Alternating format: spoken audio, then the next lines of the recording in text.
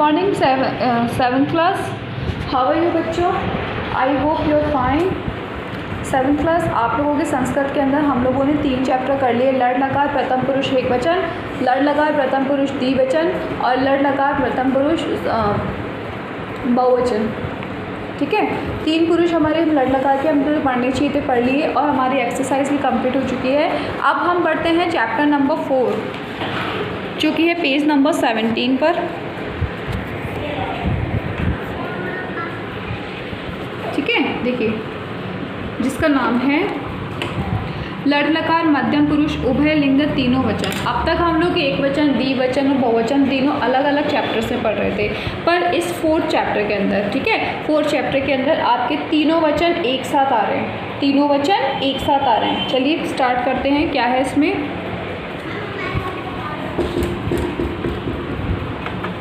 वाक्य में कर्ता के पुरुष और वचन के अनुसार ही क्रिया का प्रयोग होता है। मध्यम पुरुष के कर्ता हैं। देखो कह रहे वाक्य में कर्ता के पुरुष और वचन के अनुसार ही क्रिया का प्रयोग होता है। मध्यम पुरुष के कर्ता हैं एक वचन और द्विवचन और बहुवचन। त्वम, युवाम और यूयम एक वचन, द्विवचनम और बहुवचन। एक वचन तुम, द्विवचनम युवाम और यूयम। लड़ लकार मध्यम पुरुष में क्रियापद बनाने के लिए धातु के प्रारंभ में ए तथा अंत में क्रमशः अह, अतम, अत जोड़ा जाता है। जैसे धातु एक वचन चल, त्वम अचल, युवाम, युवाम अचलताम, यूयम अचलत। चल तुम चले, तुम दो चले, तुम सब चले।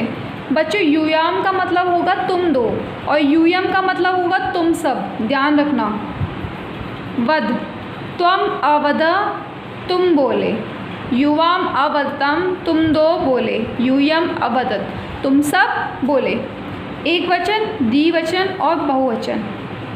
त्वम भोजनम अखादः, त्वम उद्याने अभ्रम, त्वम पुस्तकम अपठ, त्वम पुष्पम अजिग्र। त्वम भोजनम अखत, तुम खाना खा रहे हो। त्वम उद्याने अभ्रम, तुम उद्यान में घूमने गए हो। त्वम पुस्तकम अपठत,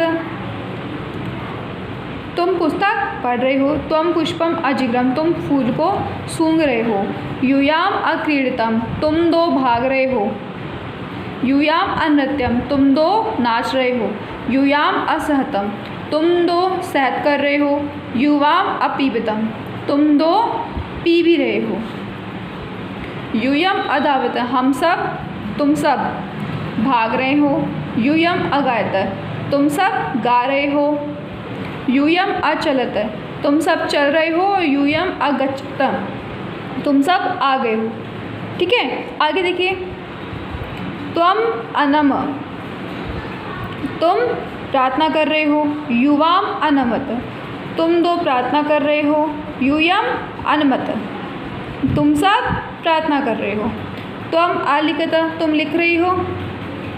यूयाम आलिखित, तुम दो लिख रही हो। यूयम आलिखित, तुम सब लिख रही हो।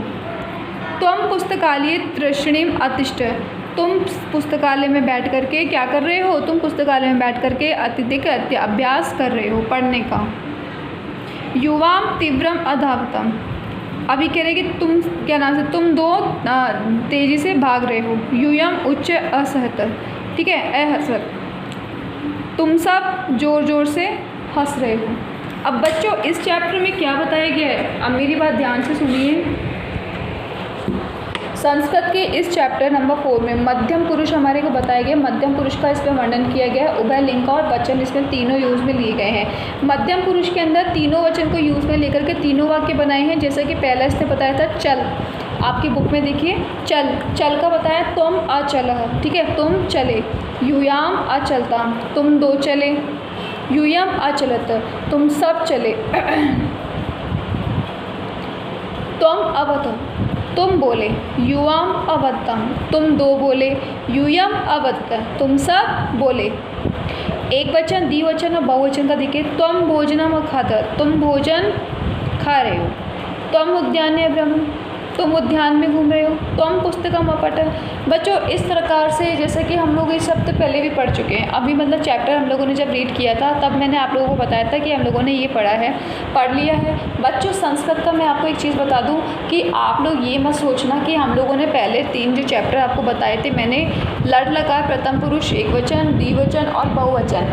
बच्चों इन चैप्टरों का ये होगा, आप लोग अगर इन चैप्टरों को पढ़ेंगे नहीं ना तो आप लोगों को जितना भी समझाया गया है, जितनी वीडियोज़ भेजे गए, ये सब देख करके क्या होगा, आप सब कुछ भूल जाएंगे। और अगर आप सब कुछ भूल गए तो ये दिक्कत वाली बात हो जाएगी। भूलना नहीं है, आप सब लोगों को सबको याद रखना है, चैप्टर पढ़ते रहना है। अगर चैप्टर्स पढ़ते रहोगे तो बच्चों इसमें मेरा तो कोई प्रॉफिट नहीं है ना, प्रॉफिट तो तुम्हारा ही होगा, ठीक है। क्योंकि ये बात आप लोग अच्छी तरीके से जानते हैं ना कि इस बार प्रमोट नहीं किया जाएगा, इस बार आप लोगों के ऑफलाइन एग्ज़ाम्स लगेंगे और हो सकता है कि अगर कोरोना से कंडीशन सही हो चुकी हो जाएगी तो स्कूल भी ज्वाइनिंग करने पड़ सकते हैं। अभी तक तो ये है कि अगर थर्ड लहर आप लोगों की बिल्कुल मिट जाएगी तो हो सकता है कि आप लोग स्कूल भी ज्वाइन कर लें। अगर स्कूल ज्वाइन कर लेंगे तो नेचुरल सी बात है बच्चों, फेस टू फेस तो मैं आप लोगों को और भी ज़्यादा बेटर तरीके से समझा पाऊँगी।